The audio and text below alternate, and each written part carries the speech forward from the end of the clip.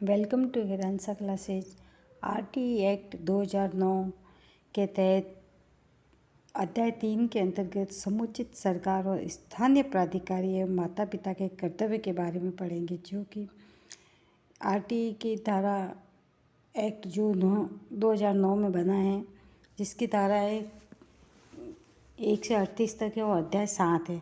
इनमें जो एक एक अध्याय हम पढ़ते जा रहे हैं, इसके अंतर्गत हम आज पढ़ेंगे पहले धारा 6 से 11 के बारे में। तो 6 से 11 में है विद्यालय स्थापित करने का कर्तव्य। ये धारा 6 में दे रखा है। इस अधिनियम के प्रावधानों के क्रियान्वयन हेतु पड़ोस या निर्धारित क्षेत्र या विहित सीमा के भीतर विद्यालय न होने पर समुचित सरकार और स्थानीय प्राधिकारी, जैसे कि वो पंचायत का है या नगर पालिका के तहत है, कोई भी हो, जो स्थानीय प्राधिकारी जो सरकार द्वारा नियुक्त होता है, जिसकी जिम्मेदारी होती है, उसको इस अधिनियम के आरंभ में 3 वर्ष के भीतर वहाँ पे वो क्या विद्यालय स्थापित करवाना पड़ेगा। अगर वहाँ विद्यालय नहीं है तो वो का स्थानीय प्राधिकारी के उत्तरदायित्व होता है। और वित्त व अन्य दायित्वों का वहन करना, ये भी क्या, ये धारा 7 के अंदर आता है।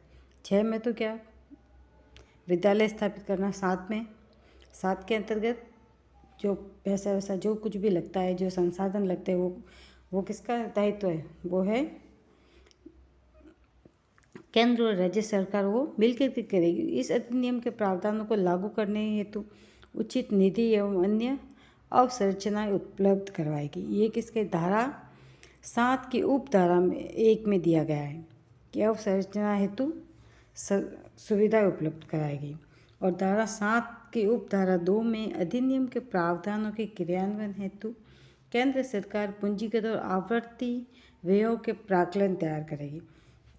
प्राक्कलन का तैयार करने का मतलब होता है कि एस्टिमेट लगाएगी वो कि कितने कहाँ व्यय हो गए, भवन निर्माण में कितने हो गए, और जो भी शैक्षिक सामग्री खरीदेंगे उसमें कितने हो गए, वो दे रखा है धारा 7 की उपधारा 2 के अंतर्गत। केंद्र सरकार राज्य सरकार को से समय समय पर परामर्श के उपरांत वो धारा 2 के अंतर्गत जो व्यय होता है कि क्या कितना अनुदान चाहिए, कितना व्यय होगा, वो परामर्श करने के बाद में निर्धारित प्रतिशत के बराबर अनुदान और सहायता राज्य सरकारों को प्रदान करेगी। जैसे कि प्रतिशत होता है 75-25 का होता है, 70-30 का होता है, ऐसे प्रतिशत होता है। 70% जैसे केंद्र देगी तो 30% राज्य देगा, 60-40 का होता है। इसी तरह अलग अलग परसेंट बदलते जाते हैं। और पूर्वोत्तर राज्य में ये प्रतिशत 90 और 10 का है, क्योंकि 90% तो देते केंद्र और 10% राज्य का लगता है, वो पिछड़े राज्य इस कारण। ये क्या दे रखा है, प्रतिशत निर्धारित करना धारा 7 की उपधारा 3 में। और धारा 7 की उपधारा 4 में दे रखा, केंद्र सरकार राष्ट्रपति से ये निवेदन कर सकेगी कि वह संविधान के अनुच्छेद 280 के तहत गठित वित्त कमीशन किस में गठित किया जाता है? संविधान के 280 अनुच्छेद के अंतर्गत किसी राज्य को इस उद्देश्य हेतु आवश्यक वित्त की आवश्यकता की जांच करने एवं सलाह देने का आदेश दे।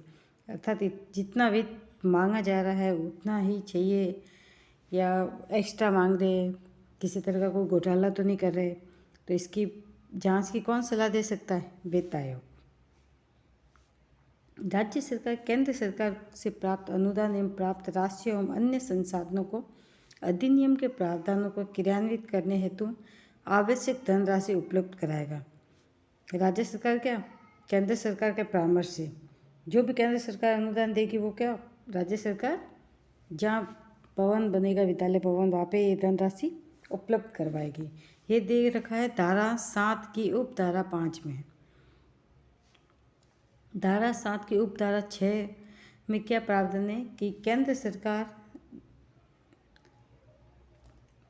सरकार ये यानी एक धारा है 7 की, इसकी और एक दूसरी उपधारा बनी है।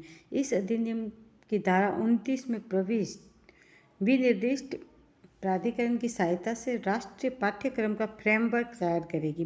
यानी पूरा करिकुलम तैयार करते हैं, उसका पाठ्यक्रम जो भी होता है विकसित करेगी। धारा 7 की उपधारा 6 में क्या दिया गया? स्कूल भी स्थापित हो गया, अब क्या करेंगे, उसका पाठ्यक्रम भी तो करना पड़ेगा, क्या क्या पढ़ाना है, किस क्लास में क्या लेवल होना चाहिए बच्चों का। शिक्षकों और धारा ए में तो दिया गया है करिकुलम बनाना, और धारा बी में दिया गया है 7 की 6 के उपधारा बी में कि प्रशिक्षण के प्रतिमान निर्धारित कर उन्हें लागू करवाएगी। शिक्षक भी कैसे होने चाहिए, शिक्षक भी प्रशिक्षित होने चाहिए, उनको लागू करवाना चाहिए कि शिक्षकों का कौन कौन से लेवल पार करेंगे, क्या पास करेंगे तब वो शिक्षक बनने के योग्य बनेंगे। और धारा सी में दे रखा है इसमें राज्यों को नवाचारों को प्रोत्साहित करना, राज्यों में क्या नवाचार भी होना चाहिए।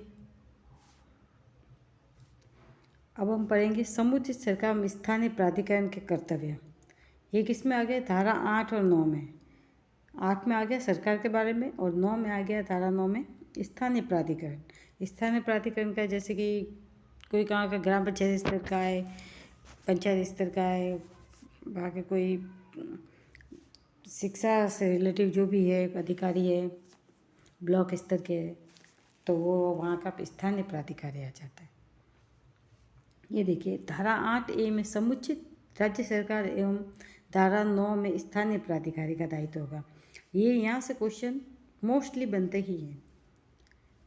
प्राधिकारी का क्या उत्तर है कि वो अपने क्षेत्र अधिकार में रहने वाले 6 से 14 वर्ष की आयु के प्रत्येक बच्चे को निःशुल्क व अनिवार्य प्राथमिक शिक्षा प्रदान कराने की व्यवस्था करें। प्रत्येक बच्चे जो 6 से 14 वर्ष की आयु प्राप्त करके यानी उससे शिक्षित करें। प्राथमिक शिक्षा का अर्थ होता है 1 से 8 तक की शिक्षा। धारा 8B के तहत समुचित सरकार एवं धारा 9B, ये हिंदी में लिखा है 9B के अंतर्गत स्थानीय प्राधिकारी का ये दायित्व होता है कि अधिनियम की धारा 6 में यथानिर्दिष्ट, जैसे आसपास में स्कूल उपलब्ध करवाने की थी, धारा 6 में ही पढ़ा था हमने पहले।